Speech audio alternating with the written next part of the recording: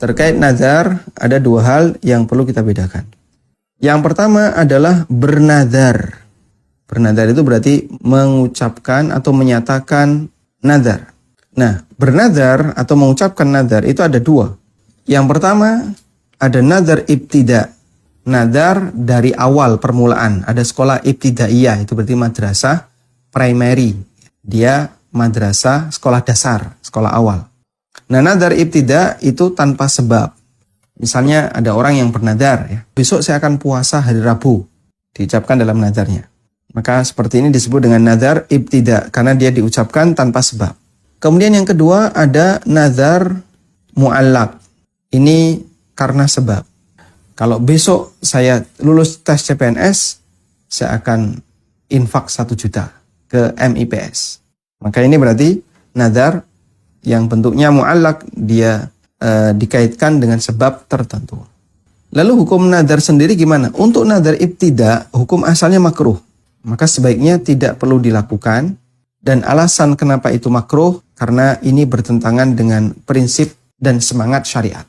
Ini bertentangan dengan semangat syariat. Syariat itu semangatnya adalah ngasih kemudahan, ngasih kelonggaran, bukan malah memberatkan. Padahal nazar tadi adalah mewajibkan diri sendiri untuk melakukan sesuatu yang hukum asalnya tidak wajib.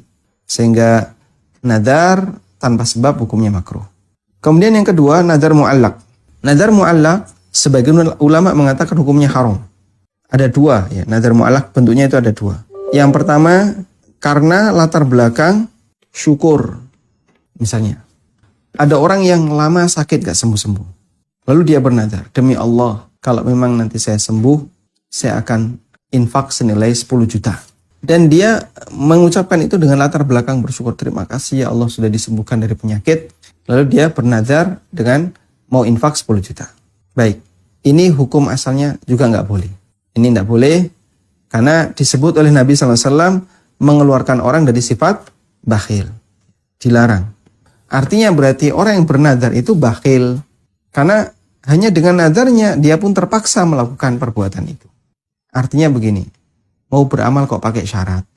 Mau infak 1 juta kok harus pakai syarat sembuh dari sakit, lulus tes CPNS.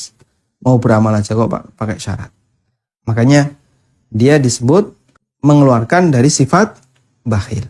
Yang kedua, hukumnya bisa sampai pada tingkatan mengambil sebab yang bukan sebab, ya, atau kena pengaruh syirik kecil. Yang kedua, hukumnya terlarang ketika bentuknya adalah nazar itu diyakini bisa jadi sebab terwujudnya harapan. Sehingga tadi ya, biar kamu lulus CPNS, nazari. Biar kamu itu cepat sembuh, nazar.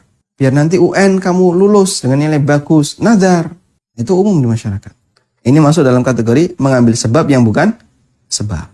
Makanya disebut dengan nazar mu'allaq karena dia digandengkan dengan kejadian tertentu. Ada sebab.